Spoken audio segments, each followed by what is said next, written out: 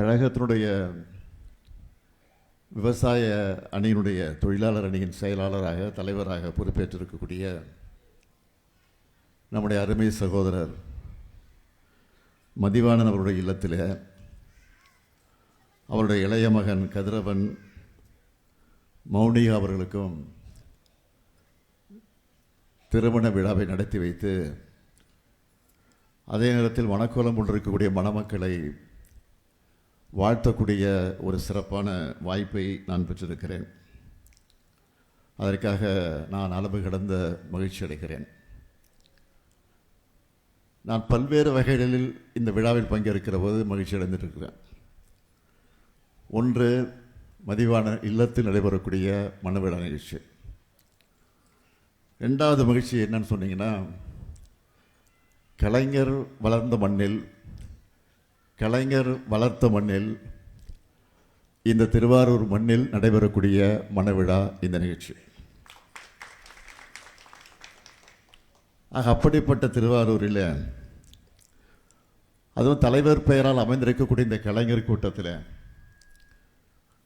அதையும் தாண்டி சொல்லணும்னா, இந்த அரங்கம் கலைஞரை ஈண்டெடுத்த அவருடைய அன்னை, என்னுடைய பாட்டி அஞ்சுகம்மையார் பெயரில் அமைந்திருக்கக்கூடிய இந்த அஞ்சுகம் அரங்கத்தில் நடைபெறக்கூடிய மணவிழா. ஆகவே நான் பல்வேறு கோணங்களில் இந்த விழாவில் பங்கேற்கிற போது மகிழ்ச்சி அடைஞ்சிட்டு இருக்கிறேன். மதிவாணன் குடும்பத்தில் நான் ஏற்கனவே அவருடைய சகோதரர் காமராஜர் அவருடைய மணவிழாவை நான் தான் நடத்தி வைத்தேன். நான் எண்ணி பார்க்கிறேன், ஏறக்குறைய நம்முடைய மதிவானவர்களை இங்கே எடுத்து சொன்னார். ஏறக்குறைய 40 ஆண்டு காலமாக அவர் இந்த இயக்கத்தில் தன்னை ஒப்படைத்துக் கொண்டு சிறப்பாக இயக்கத்திற்கு துணை நின்று கொண்டிருக்கிறார். முதல்ல 1986 கிளைக்கழகத்தினுடைய செயலாளராக இருந்து மாவட்ட கழகத்தினுடைய பிரதிநிதியாக 96 பொறுப்பேற்று, அதைத் தொடர்ந்து மாவட்ட கழகத்தின் துணை செயலாளராகவும் கடமையை நிறைவேற்றி, அதற்கு பின்னால் ஆதிதிராவிட நலக்குழுவினுடைய துணை செயலாளராகவும் பொறுப்பேற்று, விவசாய தொழிலாளர் அணியின் செயலாளராகவும் பொறுப்பேற்று, அந்த அணியினுடைய தலைவராக பொறுப்பேற்று இன்றைக்கு செயலாற்றி கொண்டிருக்கிறார். ஆக இப்படி படிப்படியாக வளர்ந்து வந்திருக்கக்கூடியவர் மதிவாணன் அவர்கள். ஏதோ கட்சி பணியில் மட்டுமல்ல, மக்கள் பணியை எடுத்துக்கிட்டு பார்த்தீங்கன்னா, 1986 ஊராட்சி மன்ற தலைவராக, அதைத் தொடர்ந்து தொடக்க வேளாண்மை கூட்டுறவு சங்கத்தினுடைய தலைவராக, 96 ஊராட்சி ஒன்றியத்தினுடைய பெருந்தலைவராக பணியாற்றியிருக்கிறார். அதற்கு பிறகு 2006 5ஆம் முறையாக நம்முடைய தலைவர் கலைஞர் அவர்கள் முதலமைச்சராக பொறுப்பேற்ற நேரத்தில் அவருடைய அமைச்சரவையில் பால்வளத்துறை அமைச்சராக பொறுப்பேற்று அந்த பணியையும் நிறைவேற்றியிருக்கிறார். அதற்கு பின்னால் 2016 கீழ்வெள்ளத்தூரினுடைய சட்டமன்ற உறுப்பினராகவும் பணியாற்றியிருக்கிறார். அதற்கு பின்னால் 2021 6ஆம் முறையாக என்னுடைய தலைமையில் ஆட்சி பொறுப்பேற்றதற்கு பின்னால் 2022 தாட்கோவினுடைய தலைவராக இருந்து அவர் பணியாற்றியிருக்கிறார். இப்படி மாறி மாறி கழகத்திலும் மக்கள் பணியில் மட்டுமல்ல, கழகத்திற்கு ஏற்படக்கூடிய எந்த சோதனைகளாக இருந்தாலும் அதையும் தாண்டி அவர் தன்னுடைய கடையை நிறைவேற்றியிருக்கிறார். நேற்று முன்தினம் கூட நீங்கள்லாம் டிவியை பார்த்துருப்பீங்க, ஒரு காட்சி நடந்துச்சு. அதை பற்றியெல்லாம் நம்முடைய முத்தரசன் அவர்களும் குறிப்பிட்டு சொன்னார், மற்றவர்களும் எடுத்து சொல்லியிருக்கிறாங்க. நாட்டில் இன்றைக்கி எத்தனையோ ஏராளமான பிரச்சனைகள் இருந்துகிட்ருக்கு. ஒரு பக்கம் மின்வெட்டு பிரச்சனை, இன்னொரு பக்கம் டெல்டா மாவட்டத்தில் விவசாயிகளுக்கு குளிர்ந்த நேரத்தில் தண்ணீர் திறந்து விட முடியல அப்படிங்கிற சூழ்நிலை. நீங்கள் ஒன்று என்னை பார்க்கணும், 2021 பிறகு 5 வருஷம் ஆட்சி பொறுப்பேற்ற போது ஒவ்வொரு ஆண்டும் ஓராண்டும் தவறாமல் நாம் மேட்டுக்கணையை குறித்த நேரத்துக்கு முன்பே திறந்து வைத்திருக்கிறோம். அதுதான் நம்முடைய ஆட்சி.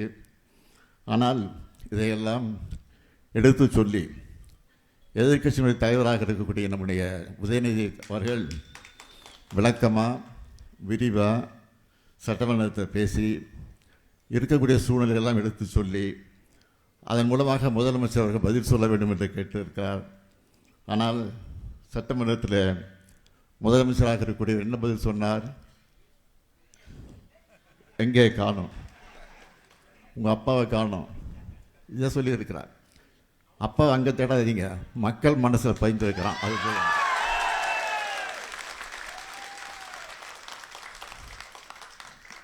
நீங்கள் தேடுறது நான் இருக்க மாட்டேன். மக்கள் தேடுற இடத்துல நிச்சயமாக நான் முதல் ஆளாக நிற்பேன். சட்டமன்றத்தில் நான் இருந்தாலும் இல்லாவிட்டாலும் இன்றைக்கி நான் மக்கள் மன்றத்தில் இருக்கிறேன் என்பதை மாத்திரம் எனக்கு எடுத்து சொல்கிறேன். நான் அரசியலுக்கு கிட்டத்தட்ட 60 வருஷம் ஆகியிருக்கு. ஆக அந்த 60 வருஷமாக மக்களாக தான் இருந்து கொண்டிருக்கிறேன். ஆட்சி இருந்தாலும் இல்லாவிட்டாலும் நாட்டு மக்களுக்காக பணியாற்றக்கூடியவர்கள் தான் திராவிட முன்னேற்ற கழகத்தை சார்ந்த என்பதை இந்த நேரத்தில் எடுத்து சொல்லி, ஒவ்வொரு மாவட்டத்திற்கும் நான் முதலமைச்சராக இருந்தபோது 4-5 முறை சென்று ஆய்வு நடத்தி, இன்னும் சொல்கிறேன், நான் முதலமைச்சராக இருந்தபோது 5 வருஷத்தில் நான் நடத்தின மாதிரி ஆய்வு கூட்டம் எந்த முதலமைச்சரும் நடத்திருக்க மாட்டாங்க. நான் பயணம் செஞ்ச மாதிரி எந்த முதலமைச்சரும் பயணம் செஞ்சிருக்க மாட்டாங்க. நான் கோட்டைக்கு போனது தான் அதிகமாக இருந்திருக்கிறத எந்த முதலமைச்சரும் அதிகமாக இருந்திருக்க மாட்டாங்க. இன்னும் கூட சொல்ல, நீ முதலமைச்சர் தேடி பார்க்கணுன்னா இன்றைக்கி இருக்கக்கூடிய முதலமைச்சரை கேட்டுக்கொள்கிறேன். கோட்டையில் தான் கோப்புகள் எல்லாம் இருக்கிறது. ஆக அந்த கோப்புகளை எடுத்து பாருங்க, அதில் கையெழுத்து போட்டுப்பேன், முக ஸ்டாலின். அதில் நீ தேடி பார்க்க வேண்டிய அவசியமே இல்லை. அந்த கையெழுத்தை பாருங்கள், அதில் தெரியும் உங்களுக்கு. மகளிருக்கு கலைஞர் உரிமை தொகையாக மாதம் 1000 ரூபாய் வழங்கப்படும் கையெழுத்து போட்டிருப்பான். அங்கே ஸ்டாலின் இருப்பான். புதுமை பெண் திட்டத்தின் மூலமாக மாதம் 1000 ரூபாய் வழங்கப்படும் என்ற அந்த கோப்பை பாருங்கள், அதுலேயும் முக ஸ்டாலின் கையெழுத்து போட்டிருப்பான். தமிழ் புதல்வன் திட்டம் 1000 ரூபா, அதில் ஸ்டாலின் இருப்பான். ஆக எங்கேயும் நீ தேடிட்டு இருக்க அவசியமே இல்லை. கோட்டையிலே இருக்கிறேன், நான் தான் ஆட்சியில் இருக்கிறேன். இன்னும் சொல்கிறேன், அண்ணா சொல்லியிருக்கிறார், ஒரு முறை சொன்னார். அண்ணா சொன்னார், தமிழ்நாட்டிற்கு தமிழ்நாடு என்ற பெயரை சூட்டியிருக்கிறேன், இதுபோது எனக்கு வாழ்க்கையில். ஆக நான் ஆட்சியில் இருந்தாலும் இல்லாவிட்டாலும் தமிழ்நாடு என்று பெயர் சொல்லுறதுக்கு என் பெயர் இருக்குன்னு சொல்லியிருக்கிறாரு. அது மாதிரி மகளிர் உரிமை திட்டம் இருக்கிற வரைக்கும் இந்த ஸ்டாலின் தான் முதலமைச்சர். இப்படி சொல்லிகிட்டே இருக்கலாம். ஆக நான் இங்கே நம்முடைய மதிப்புக்குரிய சகோதரர் துணை பொதுச் செயலர் ராஜா அவர்கள் பேசுகிற போது ஒன்றை சொன்னார்கள், கூட்டணி பற்றியெல்லாம் எடுத்து சொன்னார்கள். எப்பொழுதுமே கலைஞர் அவர்கள் கூட்டணி அமைச்சா அந்த கூட்டணியை பாதுகாப்பாக வைத்திருப்பார். அவங்களாக போனால் தான் வர தவிர கலைஞர் இதுவரை விட்டது கிடையாது. அதே மாதிரி தான் நானும் அவர் வழி நின்று நான் எந்த கூட்டணியாக இருந்தாலும் விடமாட்டேன். ஆனால் அவர்களாக போனால் அதற்கு நான் ஒன்றும் சொல்ல முடியாது, அதுதான் என்னுடைய கடமை. ஆனால் இன்றைக்கு இருக்கக்கூடிய மக்கள் எல்லாம் கூட்டணியே தேவையில்லை என்று தான் சொல்லி கொண்டிருக்கிறார்கள். நிச்சயமாக அதையும் நாங்கள் விரைவில் பரிசீலிப்போம் என்பது மாத்திரம் எடுத்து சொல்லி, மனக்கோலம் கொண்டிருக்கக்கூடிய மணமக்கள் வாழ்க்கையில் எல்லா நன்மைகளையும் பெற்று சிறப்போடு வாழ்வாங்கு வாழ்ந்து புரட்சி கவிஞர் பாவேந்தர் பாரதிதாசன் எடுத்து சொல்லி இருக்கக்கூடிய வீட்டிற்கு விளக்காய் நாட்டிற்கு தொண்டராய் வாழுங்கள் வாழுங்கள் வாழுங்கள் என்று வாழ்த்துகிறேன். அதே நேரத்தில் மனக்கோலம் கொண்டிருக்கக்கூடிய மணமக்களுக்கு ஒரு அன்பான வேண்டுகோள், உங்களுக்கு பிறக்கக்கூடிய குழந்தைகளுக்கு அழகான தமிழ் பெயர்களை சூட்டுங்கள் என்பதை மாத்திரம் இந்த நேரத்தில் இருந்து சொல்லி விடைபெறுகிறேன். நன்றி, வணக்கம்.